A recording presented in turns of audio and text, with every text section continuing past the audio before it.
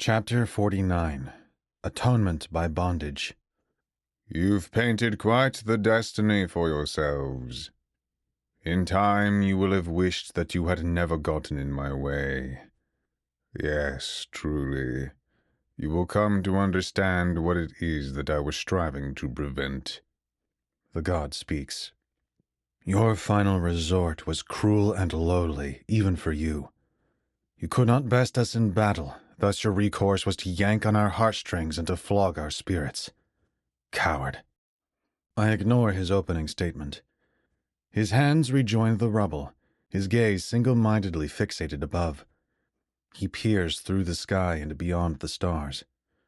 The fell god's chuckles retain in them the residue of his bane, enough so as for us to hold our keenness chained, so that it does not escape us aught we need act again.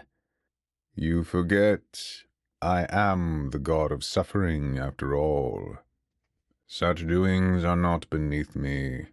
Nothing is. Yet you have nevertheless prevailed, as your ancestor did. I do not believe him. He is better than this, better than he thinks he is. An unforeseen tear trickles down from his left eye, streaming, only to be frozen in his path upon his desolate and scarred cheek. His station, though he must agonize in it, does not permit him to weep. Endure he must, suffer he shall. You were not always a god, were you? The vulnerability crystallized within his tear, given to us as an exhibit of history, compels me to ask this. For what can separate mortals from those immortal if not a lack of indifference? Ought the deathless ones care and feel in the same manner as the temporal? I would assume them numb, impartial, and detached from such things.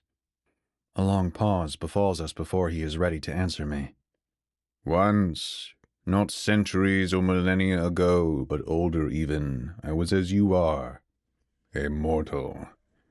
However, I was of another stock and a different world. Yes, but mortal all the same. Infatuated with his own glorious virtue. A hero of my kind. An adventurer of the unmapped.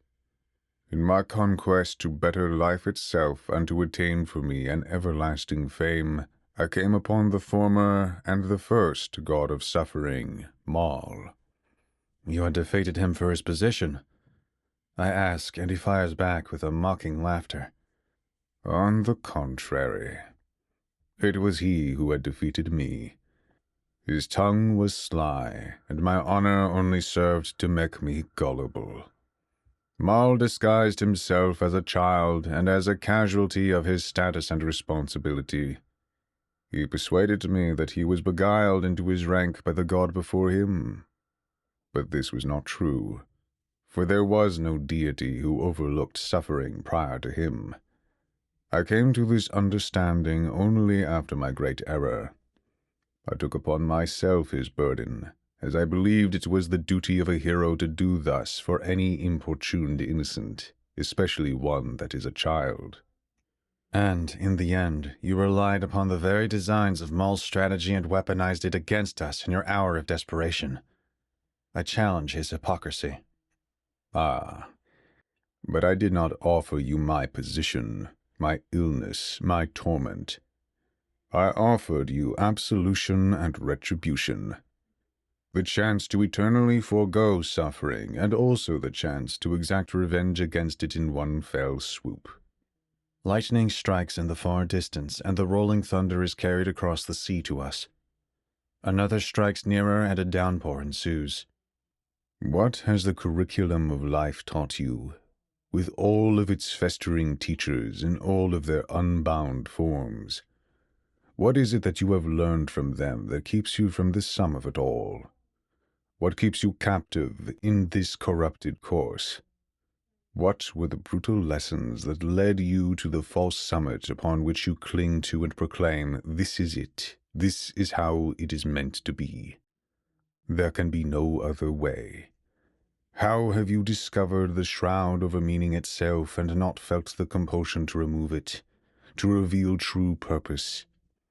Is it the fear that there is no such thing? Are you afraid that upon the veil's expulsion there remains nothing to behold? Have you divested this entirely to faith, abandoning reason in the process? Tiamattu directs his frozen, near remorseful pupils towards me by his last words. You've lost, and I haven't come this far to be persuaded of anything. But here is something you may chew on for the next millennium. I've come to learn that reason and faith are not so casually isolated from one another as I once believed. They are inseparable. The prior can lead one closer to the other, and the latter may complement it. The wonders of life, death, and what exists between and around them are countless, never to be fully attained or wholly examined in their immeasurable expanse. Even you, a god who was once a mortal, have not come to any meaningful inference as to what, when, why, where, and how to be. These complexities require an absolute familiarity and mastery of all that is, was, and will be. It is what makes each mortal unique that we all may have varying answers to each of these inquiries. For who can know all things other than he who has created all things? From him we may seek example. To know, infinitely, the inner workings of thought, thing, speech, and action, you have to have devised them all yourself. You tell me that I have permitted the world to turn me cruel in my search for knowledge, peace, unity. However, this was a projection of your own inadequacies and of your failings in acceptance and understanding. You were duped. And thus I understand to the fullest extent of an observer how you were cheated out of a life worth living by the erstwhile being of your position, Maul.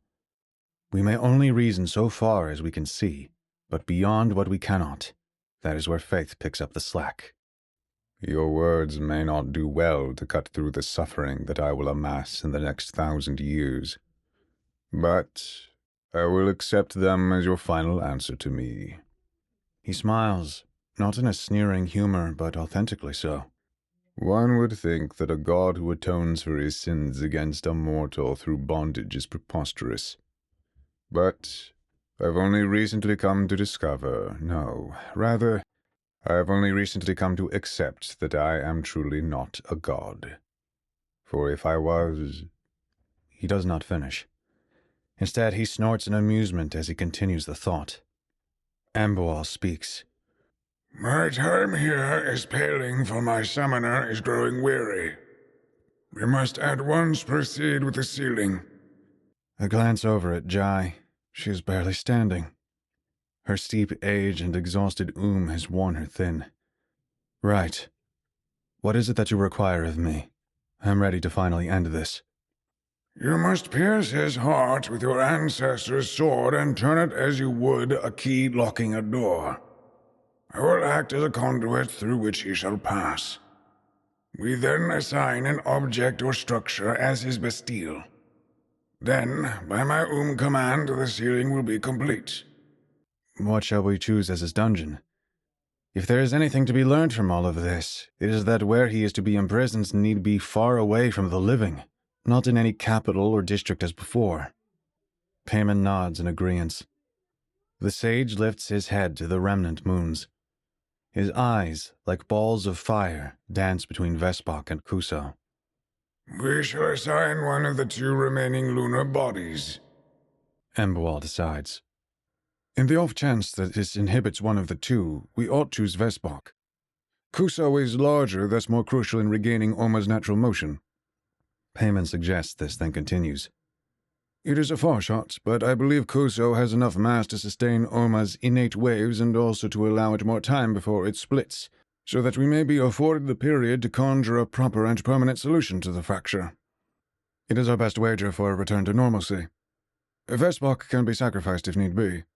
With Kuso, the mother tree will have enough days to thread the world back together by its roots and by my guidance. Jai and I look to Payman with great admiration. He has been an invaluable piece against our odds and has a place amongst the most revered heroes of our kind.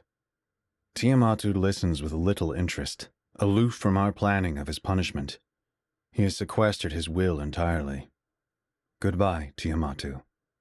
I earnestly bid him farewell, for I would never wish anyone a fate such as his, and I do not know if I would be strong enough to resist the path that led him to his abhorrent verdict on life and all that experience it. I thrust the golden sword into his languidly recovering sternum and turn it as Embual instructed.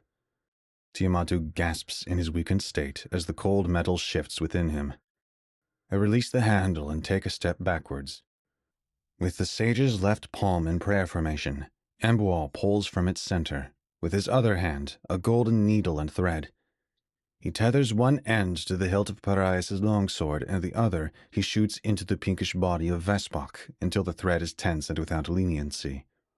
The brilliant fiber, now solid as a pillar meant to touch the heavens, aligns the distant Vespok vertically with the pale god. Ah, there's to be my new home. Tiamattu stares almost blissfully at the lonely moon. Primordial command. God and binding seal. The Loch Sage speaks his ancient order. He then immediately proceeds to recite prayers in the old tongue. The thread begins to shrink, levitating Tiamattu from his foundering by the blade and hilt, it being employed as a hook and chain. The thin, gleaming crane floats the limp deity delicately to his celestial prison. The painted backdrop of the oily sky is washed and evaporates against the white moonlight of Vespok and the golden thread of Embual. The flaxen line dividing the sky acts as a ravine of bottomless depth for all the murkiness to filter and flow into. His frame fuses into the moon, and the celestial body flashes in the ominous tone of an eclipse as his very essence, by the final hesitance of its reflexive and desperate lashing, nearly shrouds and possesses it, but fails to do thus at the border, and in the end.